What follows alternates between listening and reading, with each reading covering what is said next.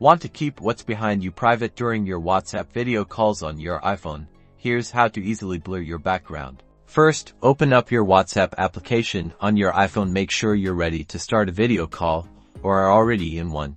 Now, let's initiate a video call with the person you want to speak to. You can do this by navigating to your contacts and tapping the video call icon. Once the call connects and the video feed is active, look for a special icon on your screen. It might look like a person with a subtle blur effect around them, or a camera icon with a similar indicator. Tap on this icon. You might need to tap it once or twice to activate the background blur feature. You should see a visual change on your screen almost immediately.